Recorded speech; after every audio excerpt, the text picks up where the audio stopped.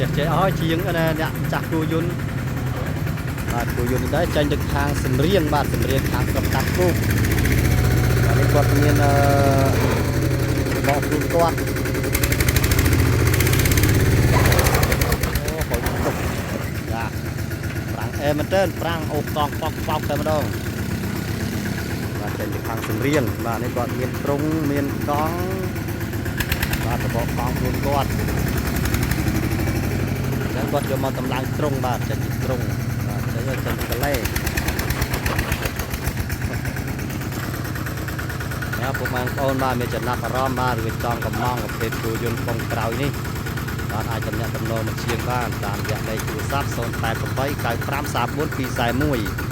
បាទកាយយើងខ្ញុំស្ថិតនៅភូមិគ្រានដែរឃុំទ្រាស្រុកតានគូខេត្តកំពង់ធំបាទពុកម៉ែបងប្អូនចង់ជាក់ច្បាស់បាទអាចតំណាក់តំណងបាទមកជាងបានតាមរយៈលេខទូរស័ព្ទ088953441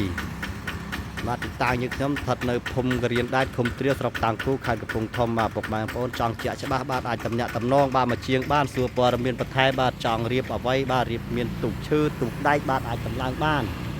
បាទងាកមកខាងនេះបាទខាងនេះបាទមានឈុតថ្មីបាទនេះគឺ4ម៉ែត្របាទនេះគឺធំមែនតើបាទនេះបាច់ថ្នាំស្អាតហើយបាទនៅតែ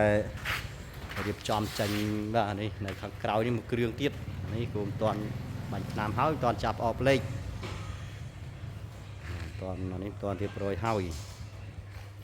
បាទតាមតម្រូវការពុកម៉ែបងប្អូនបាទនោះងាកទៅខាងនោះបាទមានគ្រឿងប៉ងផ្អបលេខបងជាងបាទគាត់ចង់កំងអីវ៉ាន់បាទដូចជាផ្អបលេខដូចជាប៉ងអីអាចតំណាក់តំណមកជាងបានបាទសូមអរគុណច្រើន